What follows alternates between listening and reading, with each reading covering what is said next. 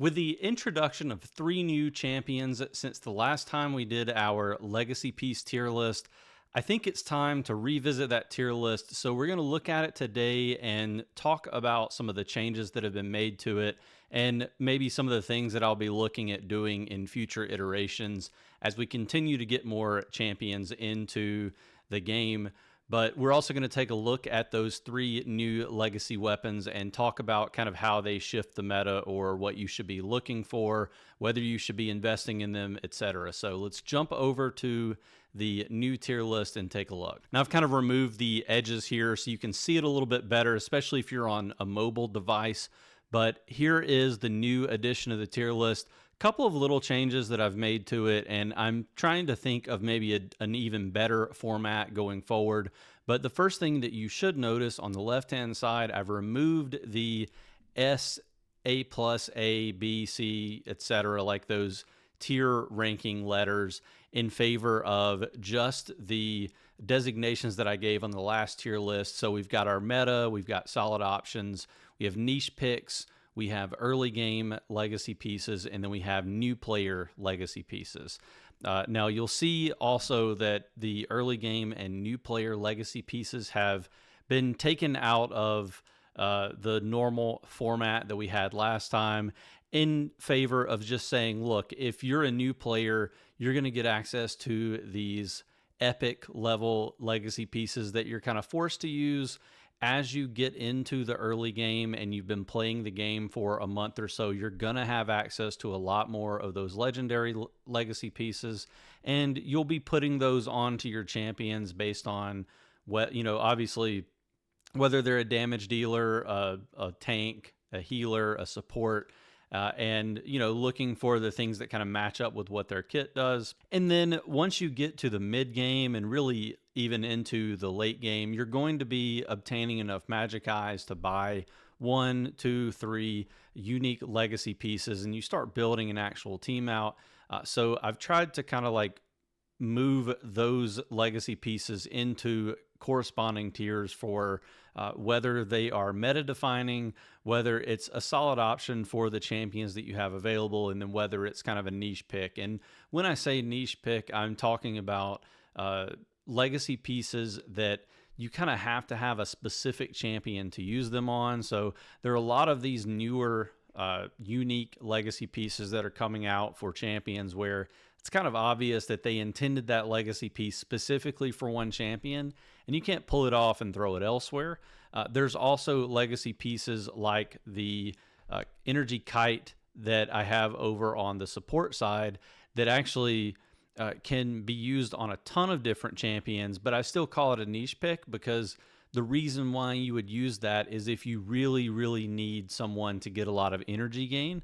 We've seen this with crypto in Meta Brawl, where some situations might call for you using the kite to try to get as much energy gain as possible on your crypto so he gets a heal off at all. Like you're less worried that his heal is going to be super powerful and more worried that he just heals in the first place. So definitely a place in the meta for some of these epic level legacy pieces. And I mean, I would love to see more of the epic and legendary legacy pieces added in the future, or even just the regular mythic legacy pieces, because it is quite difficult to obtain enough magic eyes into your account to obtain one unique legacy piece, let alone multiple. So just want to put those things out there. And again, as we continue to get more legacy items in the game, we'll think about a different format for delivering this. I've considered removing those, just even the regular mythics, but also obviously the legendary and epics, to make there seem like less clutter on the screen.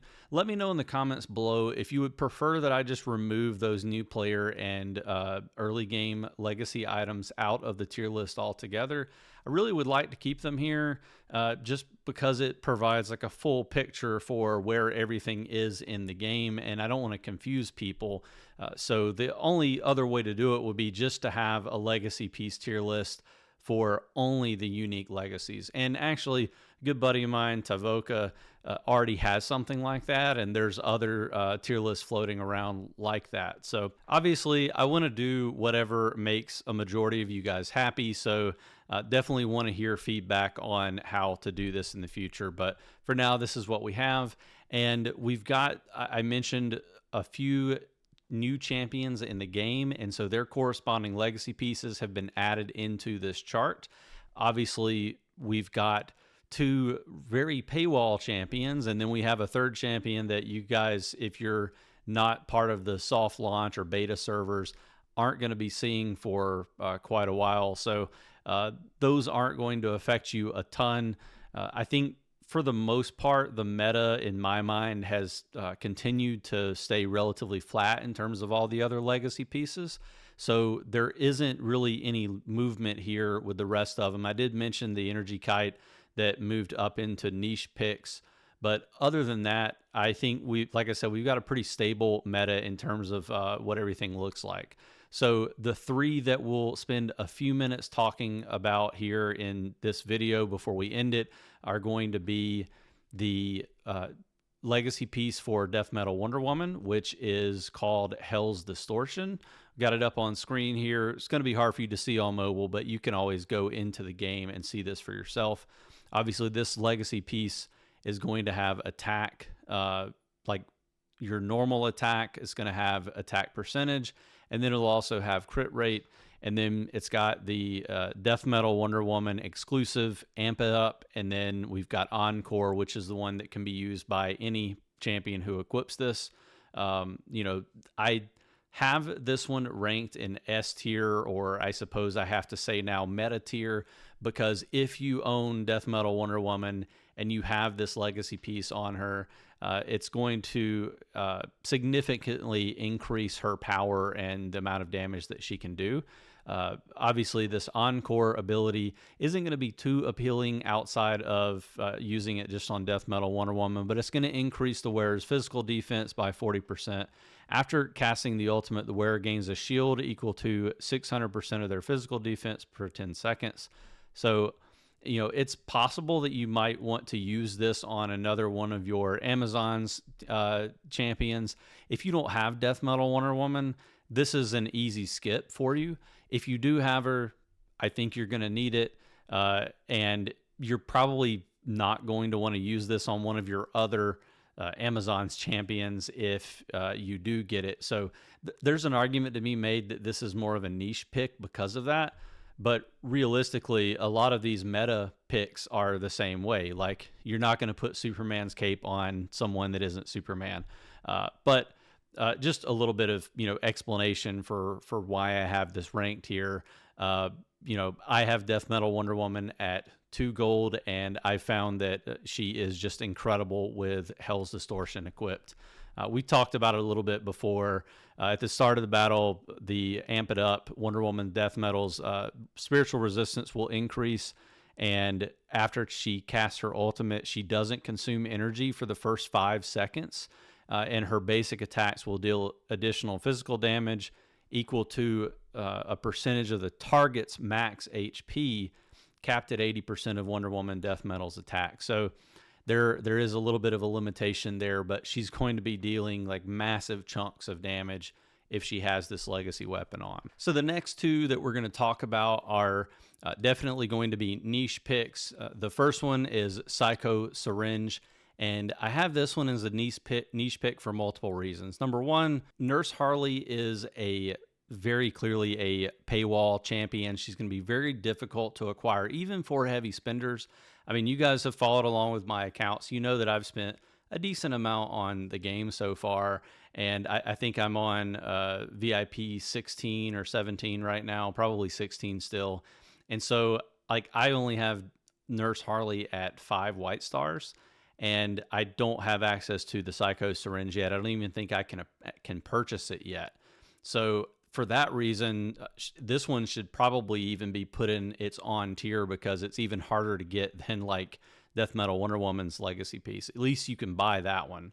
But the other reason is this really seems to be something that's more beneficial when it's equipped to Harley. Obviously, you've got the crit damage that's just static on the the legacy piece no matter what. We've got Vital Pierce, which is activated when equipped by Nurse Harley. And then we've got Delirium Strike, which you can attribute to other champions. Now, that will increase the wearer's crit rate by 10%.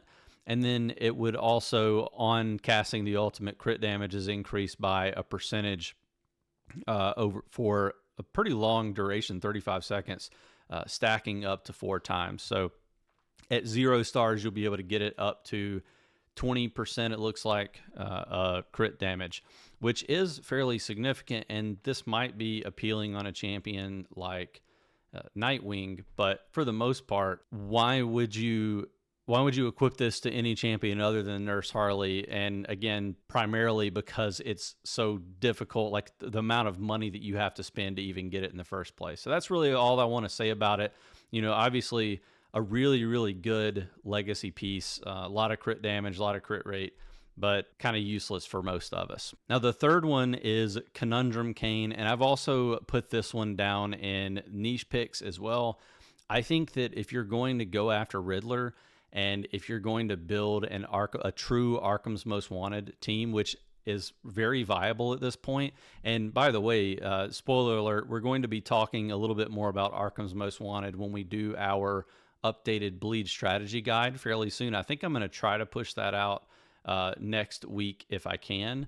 But we're definitely going to be talking about Arkham's Most Wanted, and this Conundrum Kane is really, really good with the Riddler if you can get him into your account. I'm hoping, it seems like Riddler is probably going to be coming to some of the global launch servers fairly soon. I don't know when that's going to happen, but we're hoping it will be the next time you guys have a Bleed available, so within the next month or so. Obviously, that is subject to change, but I believe that was information given to someone by Naira, so don't take my word for it. But again, it'd be really cool if he did show up for more players so they could get their hands on him. This legacy piece is going to have static attack, it's going to have attack percentage, and then energy gain bonus. I'm a huge fan of energy gain bonus, so any legacy piece that has that on it, I equate it to speed in other games like this. I'm super happy to see it. We've got Intermission, which is Riddler's unique basic attack for the legacy piece, and then we've got Disorientation. So Disorientation, and this is the reason why I have it as a niche pick. It increases the wearer's effect accuracy by a percentage, and I'm not really big on effect accuracy outside of the AMW champions right now. I mean, there are a few others that you could probably make the case for having that as like a high-end stat that you're trying to go after, but for the most part, it's kind of one of those things that only really matters for your debuffers. Definitely very important for Joker and Scarecrow, so makes sense that it's going to be important for your Riddler as well. But the other thing that this can do is every 5 seconds, it will increase all other allies' attack by a percentage, and it does stack up to, at 0 stars, 24%. But it lasts until the end of battle, which is, really a good thing, I would say. So there is maybe an argument that you could put this on other champions outside of AMW and it would be helpful. But to me, that effect accuracy piece of it, it really just kind of becomes a wasted stat on a lot of champions, and you can get energy gain bonus from way, way cheaper legacy pieces. So unless you're going for Riddler for sure, I think this is an easy skip. If you are going to go for Riddler eventually in your account and you have a high investment in Arkham's Most Wanted champions, then it might make sense for you to go ahead and get Conundrum Kane, especially if you're a spender and you have a little bit more access to Magic Eyes. That's going to wrap up this legacy piece tier list video. I enjoy making these. Let me know down in the comments below if you agree with the rankings that we have this month. I know not a lot changed, but we do have these new ones that just came into the game. If you have any of them and you have thoughts on kind of their early testing, I'd love to know that feedback, and whether you agree with the niche picks or not on the two that we reviewed there. Let me know about Death Metal Wonder Woman's legacy piece if you've had a chance to test her with and without it. Definitely would be good information to give to people who did pull her. Otherwise, If you enjoyed this video, definitely make sure that you liked it and you hit the subscribe button. You'll get notified anytime I put out DC Dart Legion content like this. But if not, I still hope to see you in the next video.